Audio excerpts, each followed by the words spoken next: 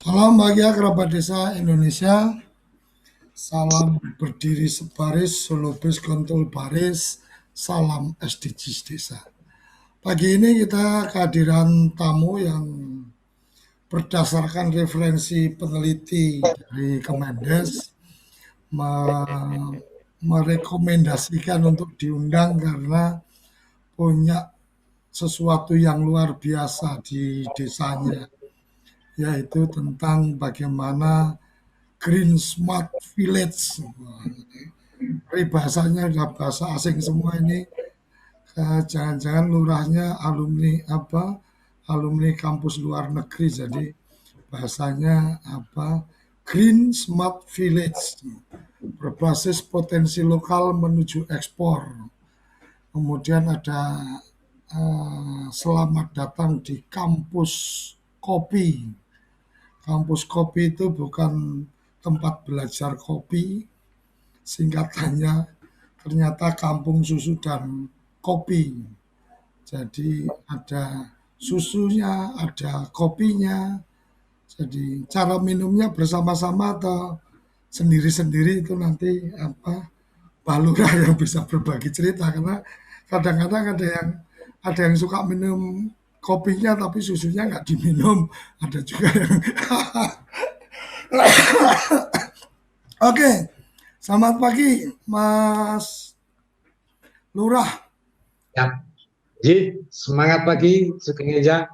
Sugeng Enjang. Piye iki ceritane Green Smart Village? Jadi smartnya di mana, greennya di mana? Apakah masih village atau sudah town, sudah jadi perkotaan? Karena gratis wifi di mana-mana dan seterusnya. Silakan sepenuhnya Mas Lurah boleh bercerita tentang desanya, tentang village-nya supaya menjadi inspirasi untuk kerabat desa yang menyaksikan acara kita pagi hari ini. Oke, terima kasih Kang Suryo, Pak Arief, dan Pak Madong Hartono yang sama-sama hari ini masih online dan tim TV Desa. Assalamualaikum warahmatullahi wabarakatuh. Salam sejahtera untuk kita semua. Namo Buddhaya, Om Swastiastu, salam kebajikan. Yang pertama, kami atas nama pemerintah desa Banyuanyar, Kecamatan Ampel, Kabupaten Boyolali, Provinsi Jawa Tengah. Berterima kasih sekali bisa silaturahmi, beraudiensi dengan Kang Suryo dan teman-teman dalam rangka untuk menambah karya, khususnya karya di desa. Yang pertama, kami Desa Banyuanyar ini merupakan saya perkenalkan saya dulu, saya sebagai kepala desa yang saat ini periode yang kedua. Kemarin periode pertama di tahun 2013 sampai dengan 2019, sekarang 2019 sampai dengan tahun 2025. Ya, masih bisa 3 kali, tenang. 25 berarti sampai 31. Kecuali pengen jadi bupati. Lanjut. Mungkin kami akan memberikan gambaran slide nih Kang Suryo yang bisa kami sampaikan sebelum kita bercerita tentang Banyuanyar.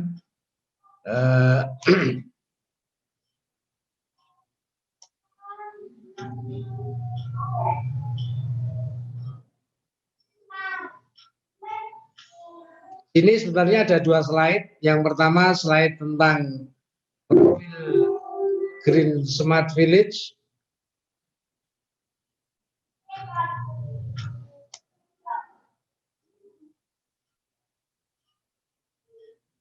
Dan profil tentang kampus kopi, kampung susu dan kopi.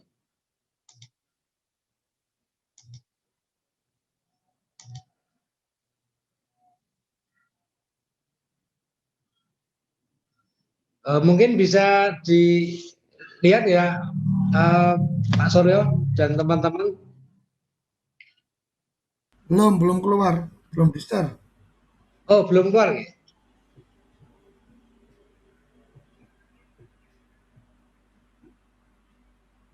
Belum keluar ya?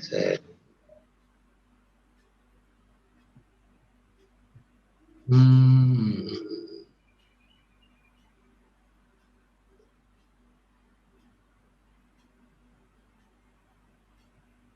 Belum keluar.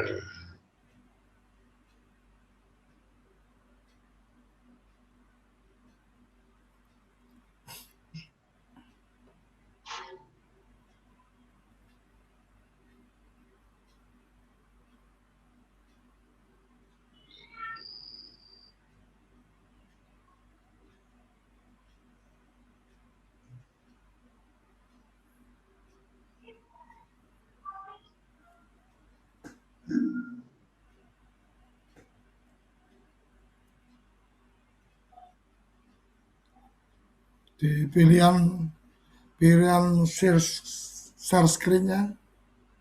Share screen-nya sebentar nih.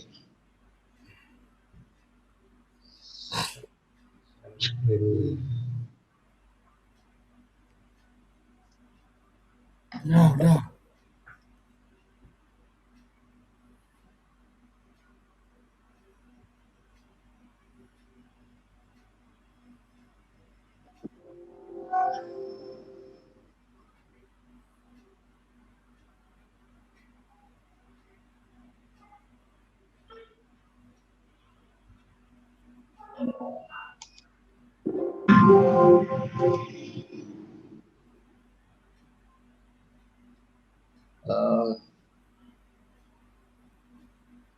Dibuka file dulu, filenya dibuka dulu aja Mas, jadi gampang nge-share-nya.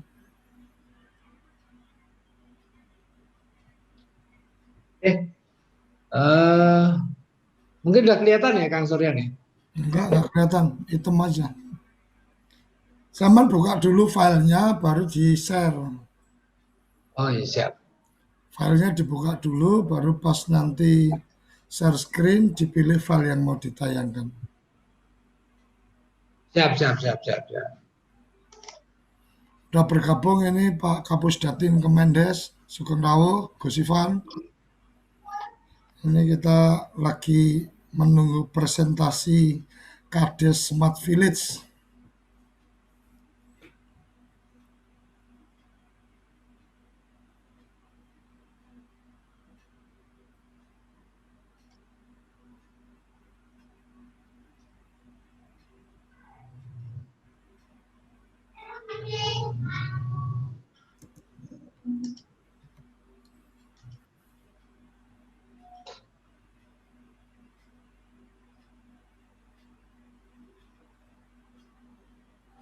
Belum muncul ya Pak? Udah. Zaman full kan aja.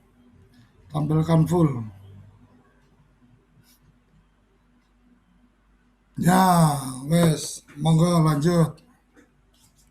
Oke, terima kasih Bapak-Bapak yang kami hormati, Pak Surya dan Bapak-Bapak semuanya. Langsung saja menyingkat waktu. Yang pertama untuk Desa Banyanyar, secara garis besarnya tadi kita sampaikan berada di Kecamatan Ampel, Kabupaten Boyolali, Provinsi Jawa Tengah. Saya sendiri sebagai Kepala Desa saat ini periode yang kedua. Dan kita lanjutkan untuk Desa Banyanyar, ini berpenduduk menengah dengan jumlah 2.828 jiwa, wilayah dengan 932 kakak.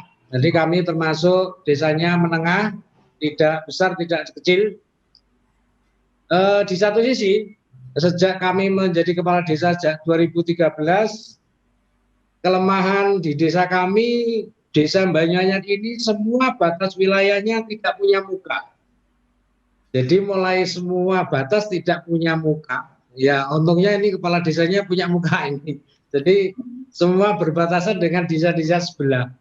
Ketika desa sebelah itu menutup, kita nggak punya sama sekali, nggak punya akses. Kita nggak punya akses sampai dengan jalan utama. Punya mukanya berarti radisin lah berarti. Karena kepala desanya tidak punya randisin. Dan ini kita bersyukur. Ini merupakan salah satu potensi kesulitan sehingga memunculkan inovasi bahwasanya di Desa Banyanyar ini tidak akan pernah membuat pura batas desa, tetapi kita sudah membuat baliho di Jalan Raya Solo Semarang seperti yang view di belakang kami ini adalah termasuk baliho di Jalan Solo Semarang untuk menunjukkan mana di wilayah desa kami yang tersembunyi di belakang desa-desa teman-teman kita sekitar. Yang lainnya masih normatif, ini langsung saja. Nah, dalam rangka untuk sesuai dengan tema di depan, yaitu Green Smart Village berbasis potensi lokal menuju ekspor. Yang pertama kami mengadakan pemetaan wilayah. Pemetaan wilayah Banyuanyar ada 9 dusun, Dukuh ada 4 kadus, ada 19 RT.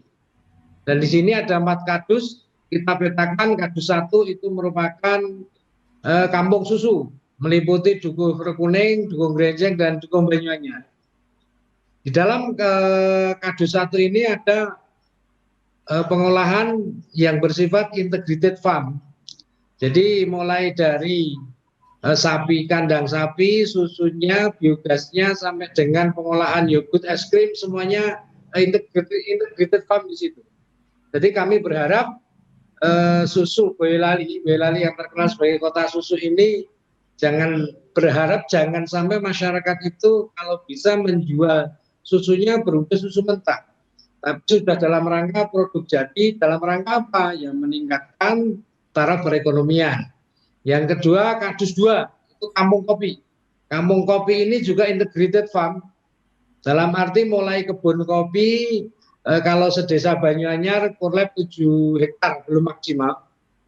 Ini juga integrated, mulai dari kebun kopi, pembibitan kopi, sampai dengan pengolahan kopi, dengan beberapa varian.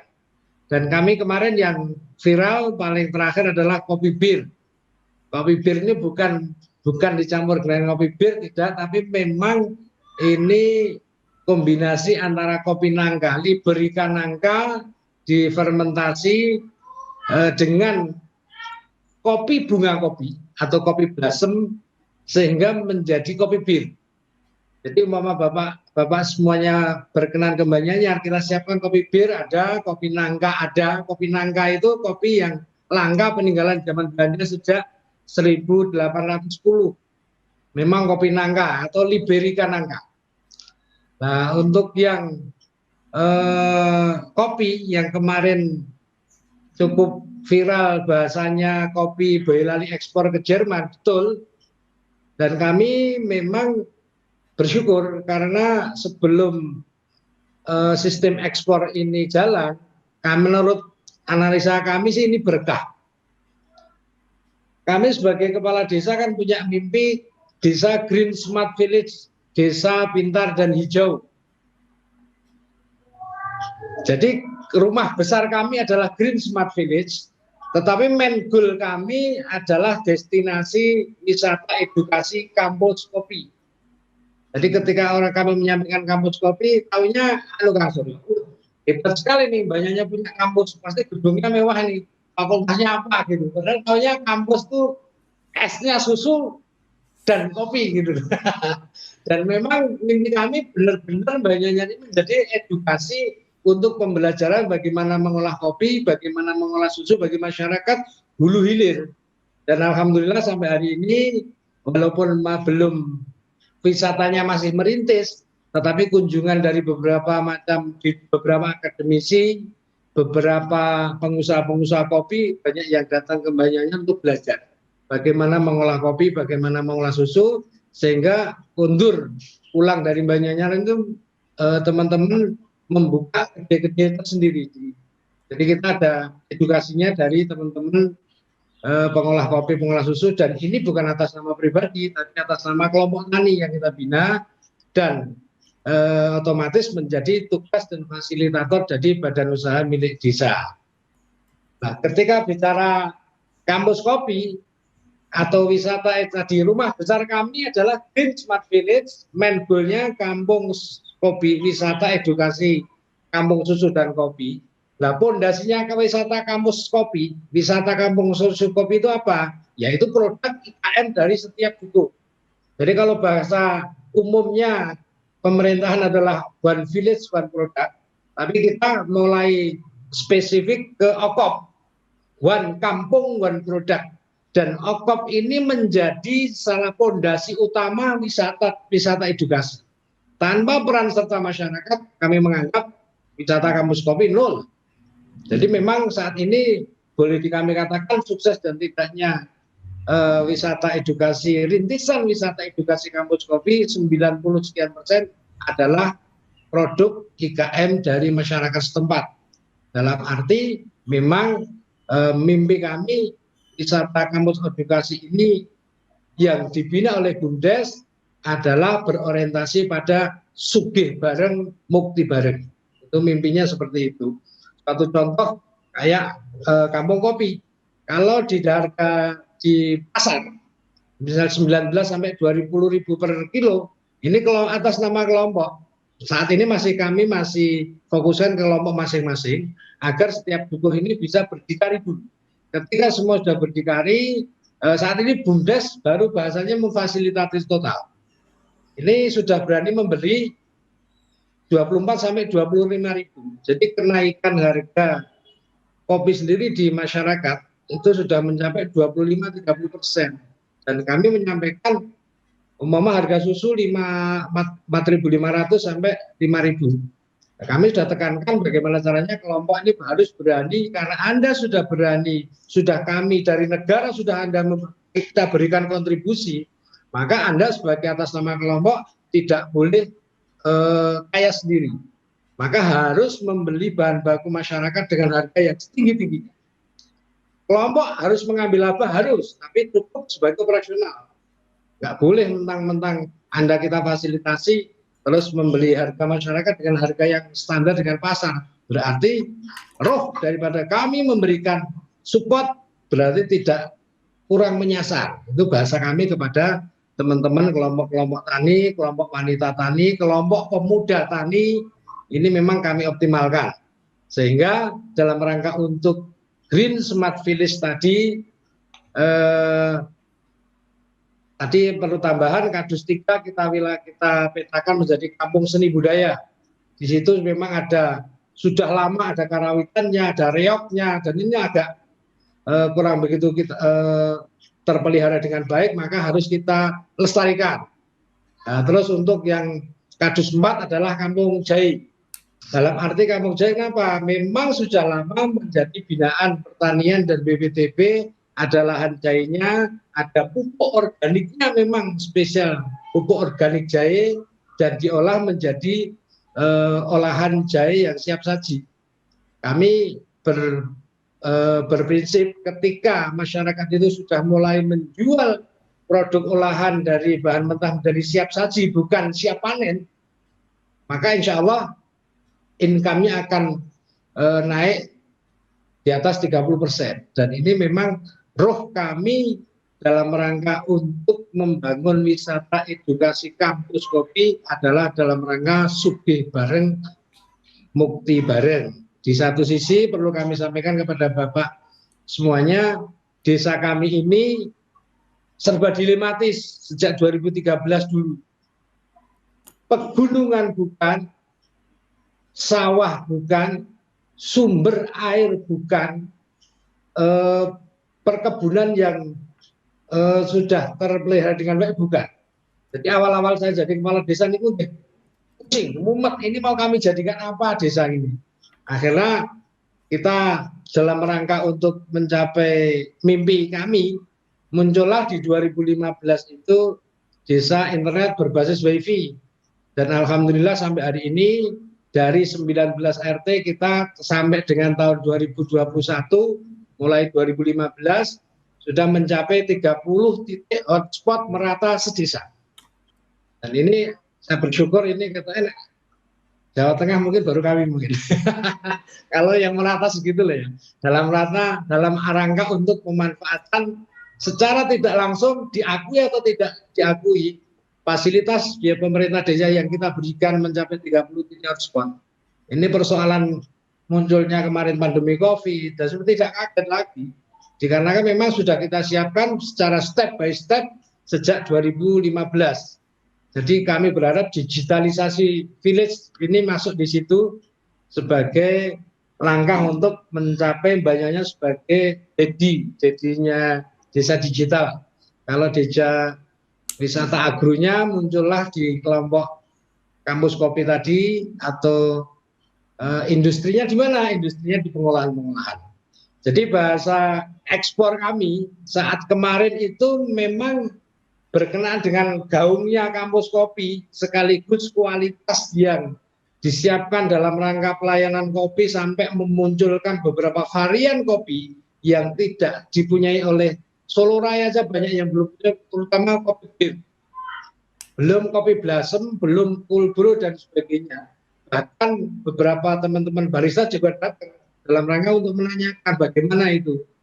Mulailah viral seperti ini, akhirnya pemerintah Desa Banyangan bekerja sama dengan salah satu teman dari Kopira, ini Koperasi Kopi Nusantara, dan dengan beliau inilah akhirnya punya akses, punya langkah informasi tentang kopi yang kemarin melalui kampus kopi Banyuanyar adalah yang kita ekspor pertama adalah baru kopi Arabica. Kami menjadi pintunya ekspor. Nah, ini menurut kami sih berkah. Gara-gara kita ngerumpi guyon maton soal kampus kopi ternyata ditangkap.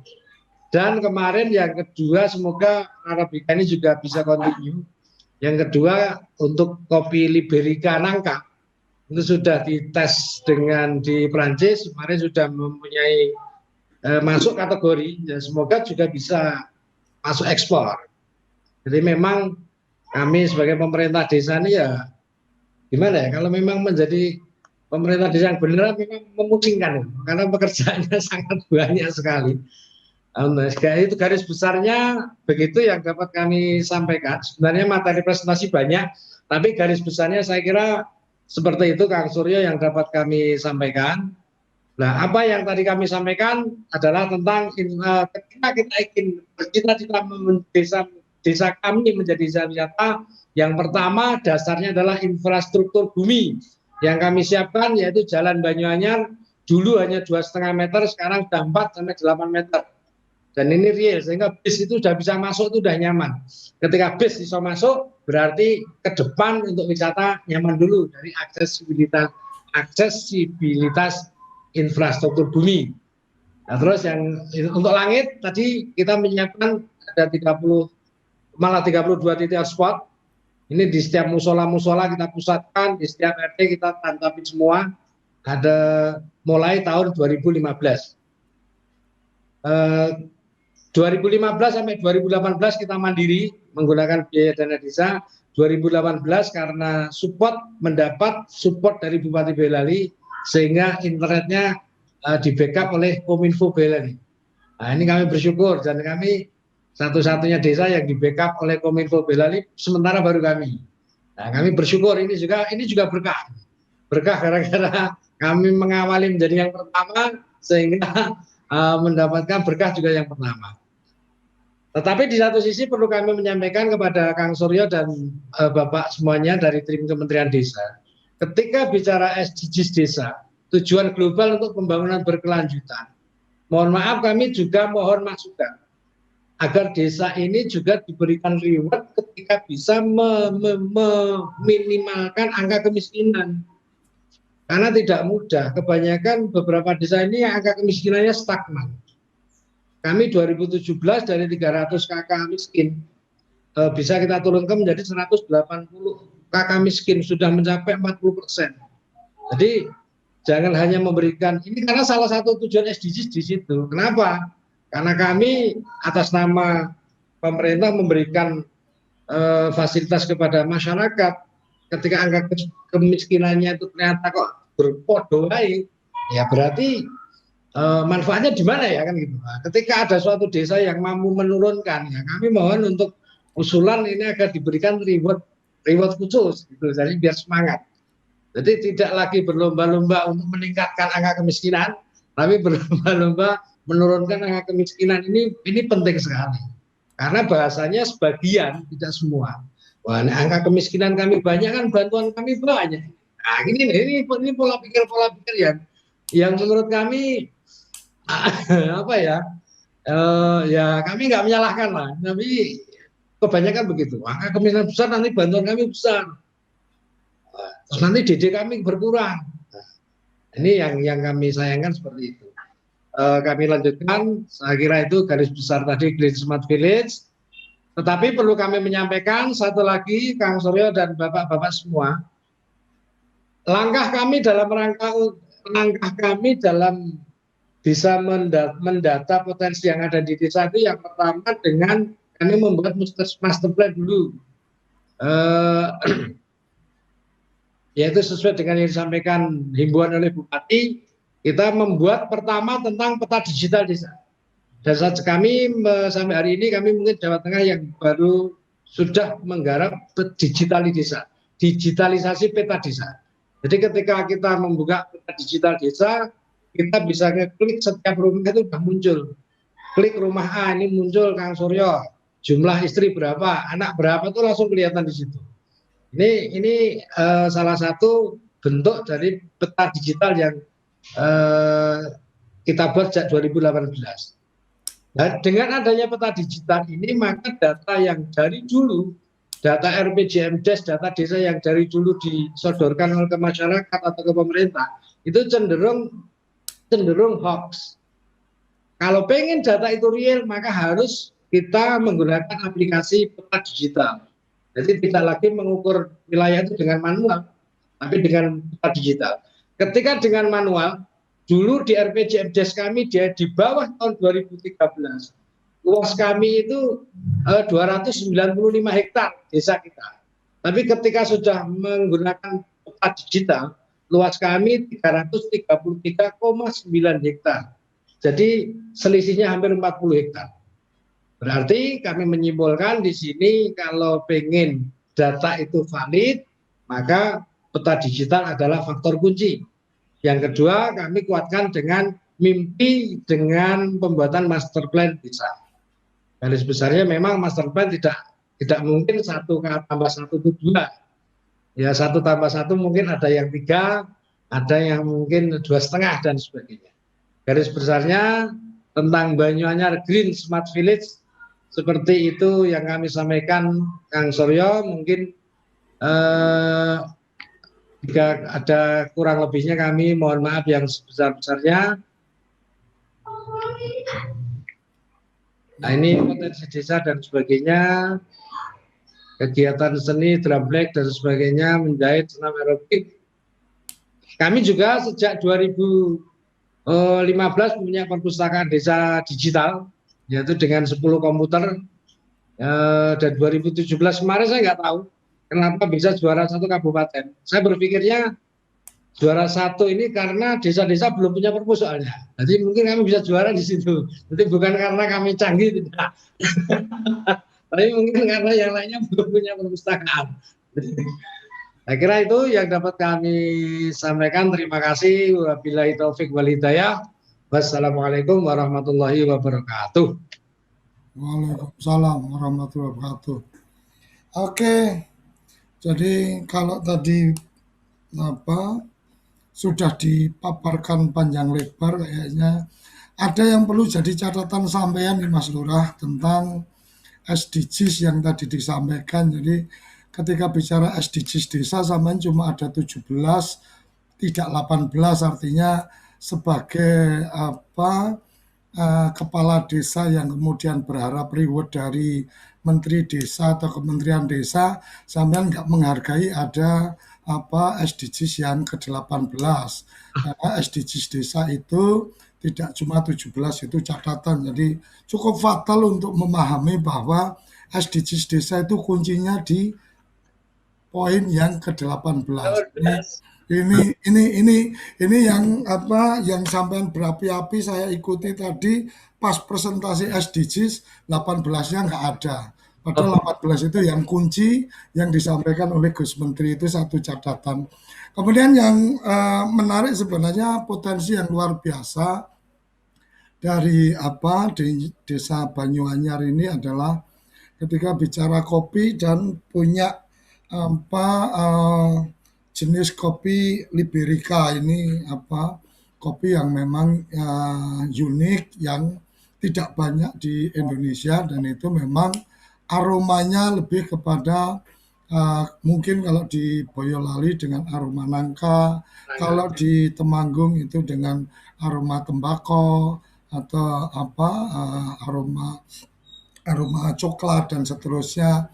Ini yang memang menjadi uniqueness yang mungkin perlu dikembangkan. Jadi satu desa satu produk unggulan, one village one product. Jadi kalau tadi one kampung one product, bahasanya jadi apa amburadul zaman pakainya SDSP aja, satu desa satu barang itu lebih enak. Jadi kalau umuran saya sama seumuran teman-teman yang di sini langsung SDSP langsung ingat kan gitu. Satu desa satu barang kan udah selesai kan gitu. Oke, oke ini catatan-catatan yang tidak harus ditanggapi serius, tetapi saya memberikan catatan yang memang menurut saya ke apa kehebatan desa memang seperti yang disampaikan Gus Menteri di SDGs yang ke-18 ini yang menjadi kunci. Bagaimana lembaga desa yang dinamis, kemudian budaya desa yang adaptif. Jadi bagaimana karakter masyarakat yang mungkin tadinya baca bukunya baca buku dengan buku kertas, kemudian sudah mulai baca menggunakan Android, menggunakan smartphone dan seterusnya. Jadi perpustakaan juga bisa double antara perpustakaan fisik dan digital dan seterusnya. Ini bagian-bagian yang menurut saya, nanti ke Gus Ivan yang punya acara pasti punya cara sendiri memandang. Tapi menurut saya SDGs desa itu adalah lebih utama lebih menarik untuk desa karena ada goals yang ke-18. Ini yang yang kita tidak boleh lupakan karena 1 sampai 17 mau dunia sampai ke kabupaten itu mungkin mengikuti pembangunan berkelanjutan, tapi yang 18 hanya ada di desa. Oke, kita akan mendengarkan nanti respon dari Gus Ivan, paparan dari Pak Lurah Banyuanyar. Jadi banyune mesti anyar karena susu tadi, jadi air susu itu pasti baru karena tiap pagi diperas sama sore, jadi nggak pernah ada banyu lawasnya karena banyu anyar ya susu itu tadi. Oke, jangan kemana-mana, kita akan kembali ke SDG sarapan SDGs desa setelah yang satu ini. Kembali ke sarapan SDGs desa ini. Ini waktunya yang punya acara Gus Ivan untuk memberikan respon.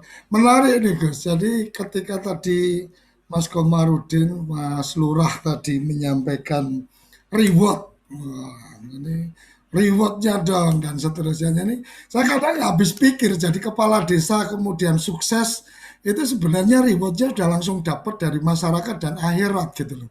Jadi ketika kemudian ketakutan dana desanya berkurang, bantuannya berkurang, artinya desanya itu mungkin hari ini sudah sejahtera tapi belum mandiri kan gitu. Jadi sejahtera mandiri itu sesuatu yang berbeda karena memang ibarat kata saya waktu mahasiswa itu sejahtera karena selalu dikirim oleh orang tua saya di 3 semester awal gitu kan. Tapi begitu orang tua saya mengatakan bahwa kamu harus mandiri, nggak dikirim lagi, maka saya udah nggak sejahtera. Artinya kesejahteraan saya bukan karena berdasarkan kemandirian.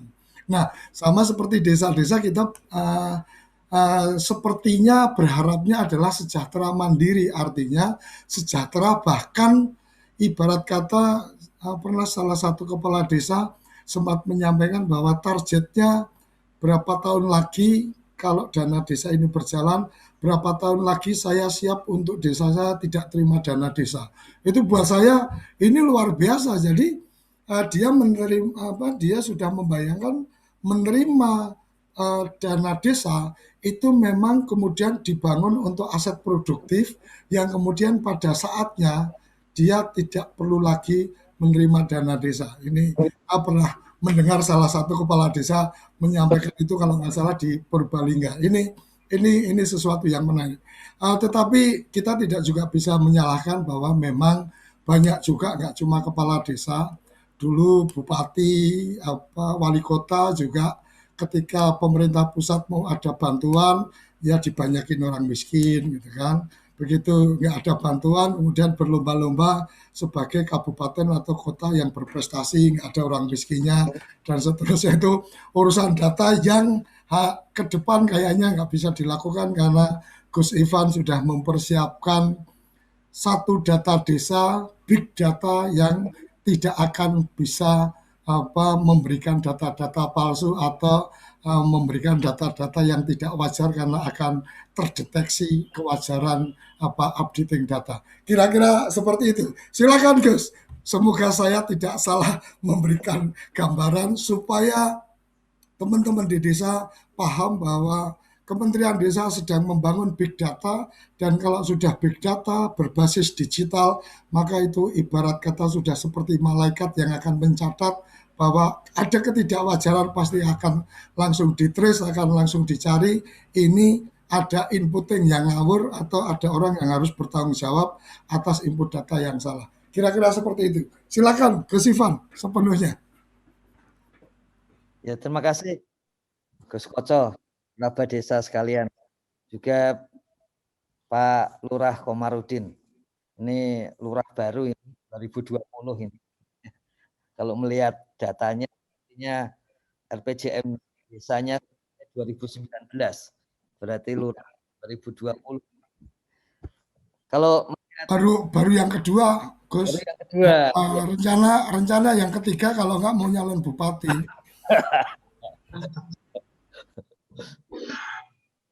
Dan apa namanya, sejauh kita dengarkan tadi memang model lurah yang jadi pelopor ya, jadi pengennya duluan gitu. Memang kalau di Museum Rekor Indonesia itu yang pertama itu pasti rekor pertama itu pasti tidak pernah terpecahkan. Kalau oleh rekor tertinggi, terbanyak, terluas, suatu waktu dipecahkan. Tapi rekor sebagai pertama memang nggak pernah bisa dipecahkan. Nah yang Green Smart Village-nya ini saya kira yang menarik ini, Koco dan kerabat sekalian, bahwa melayani internet untuk warga. Jadi sama seperti itu. Dan sebetulnya kita ingin tahu lebih lanjut setelah warga lebih mudah untuk mendapatkan informasi itu ya.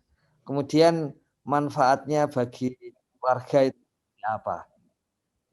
Sejauh yang dilihat di bagian kemiskinan ya, itu kemiskinannya menurun di desa Banjar itu. Jadi apakah ada kaitan dengan hal itu ya. Kemudian mungkin Pak Lu apa namanya, hubungan Banyuanyar dengan jitunews.com itu apa ya? Kok selalu muncul di webnya itu? Apakah kalau menurut sebagian di banyak pihak itu menyampaikan di samping X juga perlu adanya acting. Jadi kalau cuma action saja, ada acting, tidak ada pemberitaan, memang jadinya tidak punya dampak lebih luas. Nah, apakah itu juga berpengaruh dari adanya digitalisasi desa ini? Nah, ini internetnya maaf agak lambat ini. Harus switch off nih. Ini kayaknya harus segera saya kirim parabola desa wifi ini. Gus dikirim dikirim alamatnya nanti dipasang.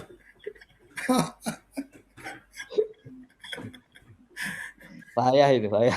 Ya, nanti saya bilang apa tim desa wifi untuk langsung berkirim ke Bogor.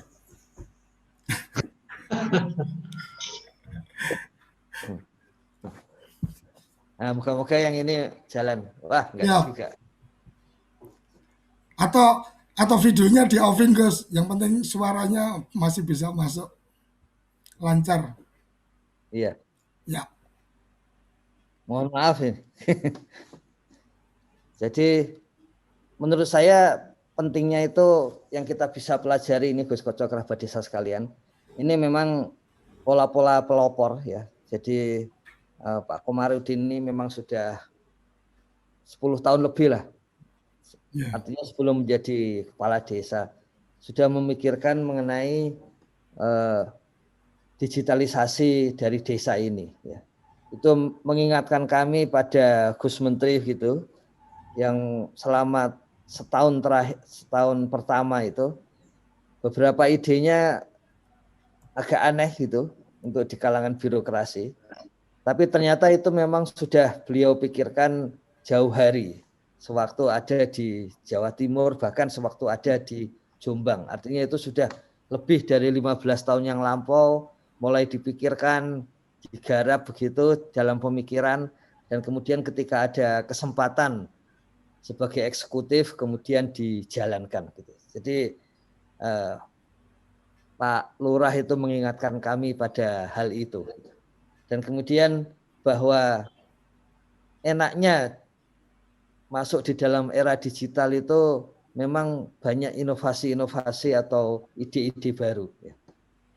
Desanya tidak diketahui, ya, tapi dengan digitalisasi orang akan tahu. Termasuk tadi meletakkan banner yang di belakang Pak Lurah itu di tepi jalan itu. Bagaimana caranya itu? Enggak bayar pajaknya itu kan itu pasti mahal. Kalau bayar pajak mungkin ada dispensasi khusus begitu ya. Tapi artinya juga ide-ide digitalisasi memang harus dikaitkan dengan hubungan-hubungan yang sudah ada di desa yang tadi disebutkan Gus Koco sebagai SDGs desa nomor 18 ya. Jadi di dalam SDGs desa nomor 18 itu memang jadi penting melihat realitas desa, hubungan interaksi di dalam desa dalam konteks digitalisasi itu. Jangan sampai hubungan antar orang di desa itu kemudian jadi hilang atau sulit gitu karena semuanya berbasis digital. Nah, saya kira begitu Gus Koco. Jadi kalau yang menarik buat saya juga ini Gus Koco. Kita memang mulai di Banyuanyar ini mulai dari ekonomi gitu. Jadi digitalisasi itu dipakai untuk ekonomi. Saya agak antara yang disampaikan Pak Lurah ada sekian puluh keluarga miskin itu ya. Dengan yang disampaikan di BLT dana desa cuma 6 keluarga miskin. Itu apa benar itu? Tinggal 6 keluarga miskin. Tapi pendekatannya menarik. Jadi memang boleh dikatakan bahwa ada dua hal untuk mengurangi kemiskinan. Yang pertama karena basisnya DTKS. DTKS itu 9 dari 14 indikator, bahkan sebetulnya 11 dari 14 indikator. Itu adalah rumah.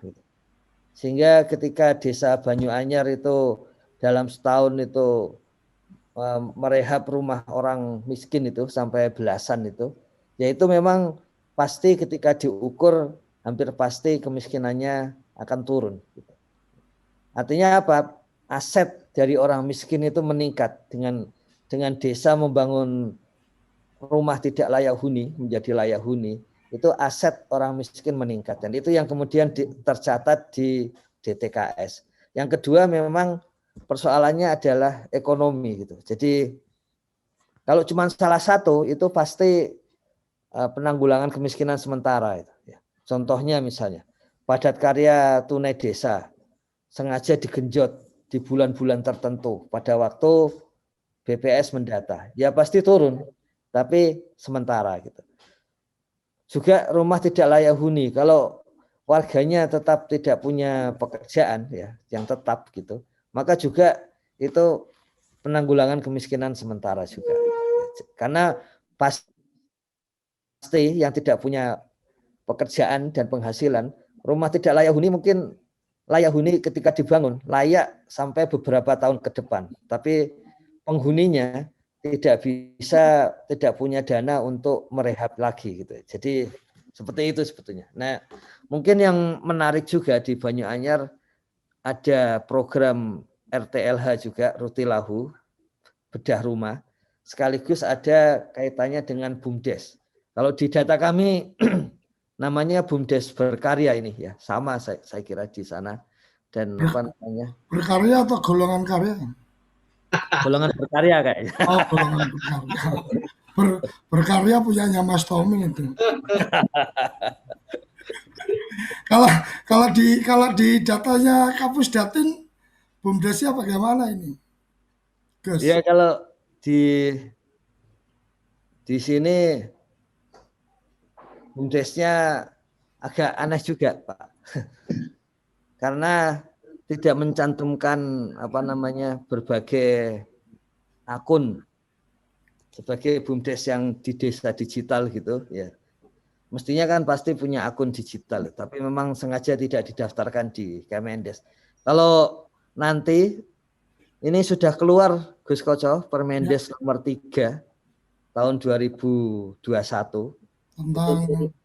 tentang BUMDes, turunan dari legalitas BUMDes.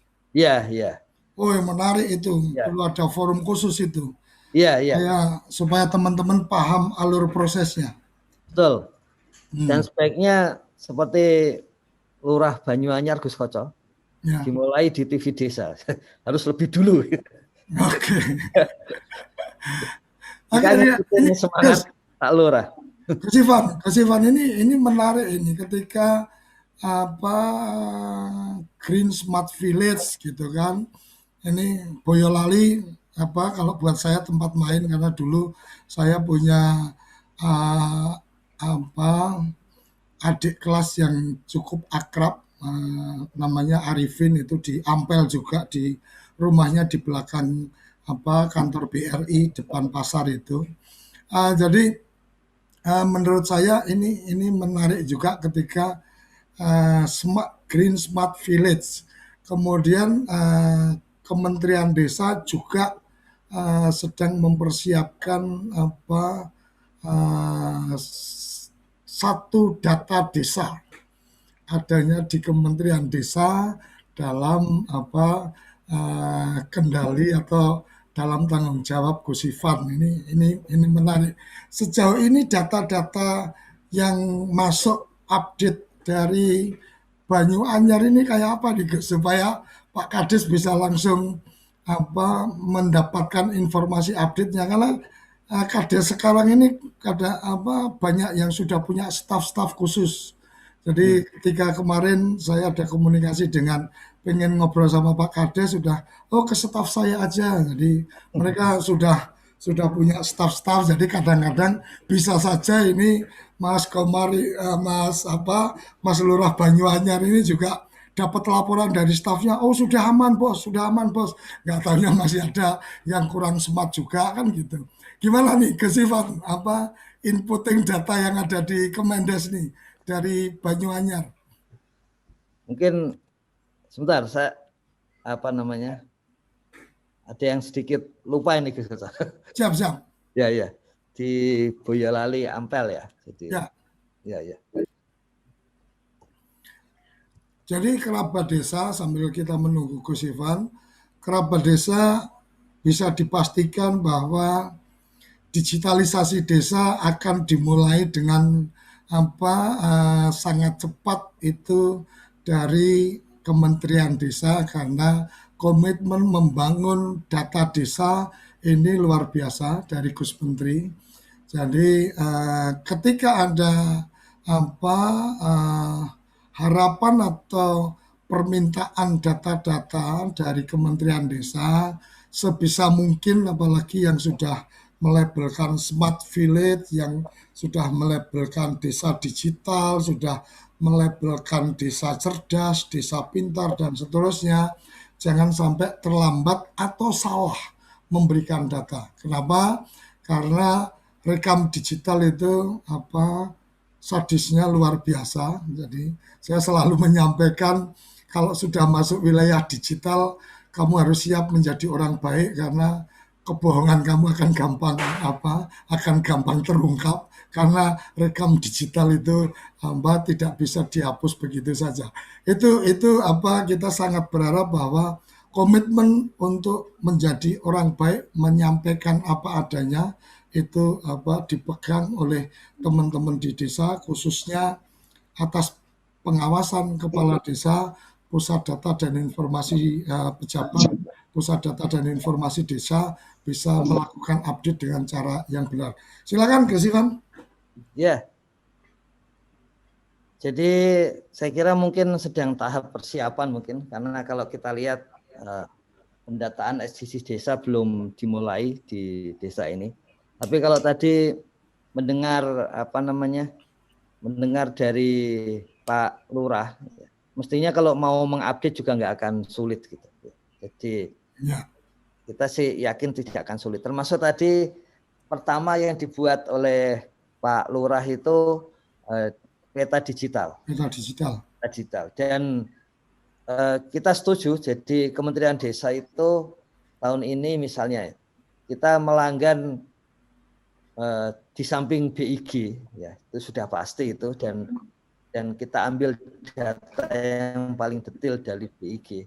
Itu juga melanggan Google Map Pro untuk level yang paling detail gitu. Artinya apa? Artinya desa-desa bisa langsung menggunakan semua informasi artificial intelligence untuk peta. Ya, jadi Kementerian Desa akan menyediakan batas imajiner dari BIG, nanti tinggal disesuaikan. Tadi sudah disampaikan oleh Pak Lurah, sama itu, bahwa kemudian nanti juga aplikasi yang mesin learning-nya akan langsung mendata kalau misalnya ada pohon kelapa berapa jumlahnya sedesa, ya. Kalau ada sawah langsung kelihatan berapa luasnya begitu, dan kemudian kalau ada rumah langsung kelihatan rumahnya. Cuman memang kita akan mengetahui tata lahannya, ya. Hanya tidak bisa mengetahui ini milik siapa, karena itu harus diisi oleh desa gitu. Tapi intinya tahun ini updating periodiknya berapa lama itu, Gus? Artinya ketika ada perubahan lahan dari sawah kemudian jadi rumah dan seterusnya, terikut dalam periodisasi tertentu atau gimana? Iya, jadi sesuai Permendes 21 2020, updatingnya minimal 6 bulan sekali, Gus Koco. Artinya petanya kita juga melanggan yang terupdate minimal 2 kali setahun, ya. Hanya untuk wilayah-wilayah yang relatif dekat kota itu bisa update-nya lebih cepat lagi, ya. Karena kita sudah melanggan gitu, ya. Hanya yang jauh saja, misalnya yang di pelosok desa terpencil, perbatasan, itu yang mungkin update-nya 2 kali dalam setahun itu. Tapi kita menggunakan full seluruh fasilitas yang ada untuk menganalisis bisa pakai Google Map Pro, ya. Untuk menyampaikan ke umum bisa kemudian digabungkan dengan datanya BIG gitu. Jadi tidak akan menyulitkan untuk proses legalitas dan sebagainya, karena data presentasinya tetap BIG, tapi data untuk olahannya tadi yang langsung melihat berbagai jenis komoditas yang ada di desa itu bisa menggunakan Google Map Pro. Jadi kita akan gunakan seperti itu, termasuk pendataan tadi, kalau melihat sekarang ini sehari masih sekitar 100 ribuan yang masuk gitu. Kita targetkan sehari sebetulnya 2,5 juta data masuk. Jadi masih akan digenjot di lapangan, ya, terutama. Itu Gus Koco, kerabat desa. Terima kasih kerabat desa. Nyanyar. Ya, tanpa terasa sudah di penghujung acara kita, sudah pukul 7. Mas Lurah, nuwun sewu kalau ada kata-kata yang kurang berkenan, tetapi bagian-bagian yang kita ingin bawa dalam forum ini adalah forum untuk kita edukasi, forum kita untuk inspirasi, dan kemudian forum untuk ini menjadi tempat belanja ide, belanja gagasan, dan belanja permasalahan yang ada di desa untuk dicarikan solusinya di Kementerian Desa, dalam hal ini dalam agendanya Kapus Datin kita. Salah satu yang kita sayangkan adalah bagaimana ternyata update data yang diharapkan percepatan, ternyata Banyuanyar yang sudah punya banyak data di desa hanya belum di-inputting di Kemendes, apakah karena memang prosesnya harus ada tahapan yang dari kabupaten dan seterusnya, tapi itu bagian yang akhirnya kita jadi tahu bahwa oh ternyata desa saya masih ada bagian yang perlu publikasinya juga melalui Kementerian Desa dan seterusnya. Oke, kerabat desa, terima kasih Mas Lurah dan Pak Muslih dari BUMDes. Mohon maaf kita tidak berikan ruang kesempatan karena waktu kita terbatas. Jadi tiap pagi kita hanya pukul 6 sampai pukul 7. Sesi pertama biasa kita berikan penuh untuk tamu kita, sesi kedua untuk catatan dari Kapus Datin kita, dan biasanya ada closing statement dari penasehat Menteri kita, Prof. Yoyon. Kebetulan hari ini beliau sedang kurang enak badan, semoga segera fit untuk minggu depan bisa mengikuti acara kita lagi. Kita hadir setiap Senin Senin sampai Jumat pukul 6 sampai pukul 7. Jadi jangan jangan lupa untuk mengikuti tayangan-tayangan TV Desa, khususnya SDGs Desa, Senin sampai Jumat pukul 6 sampai pukul 7, karena bahasanya Prof. Yudan inspirasinya banyak. Jadi jangan pernah terlupakan. Itu yang bisa saya sampaikan. Matur nuwun Mas Lurah, luar biasa sudah berbagi cerita, berbagi inovasi. Matur nuwun Mas Madong, maaf Mas Arif, maaf tidak kita berikan kesempatan karena Mas Lurah sudah banyak memberikan ide-ide dan perlu direspon langsung oleh Pak Kapus Datin kita, Gus Ivanovic Agusta. Sampai di sini acara kita. Salam bahagia kerabat desa Indonesia. Salam berdiri sebaris, holubis kental baris. Salam SDGs Desa. Terima kasih.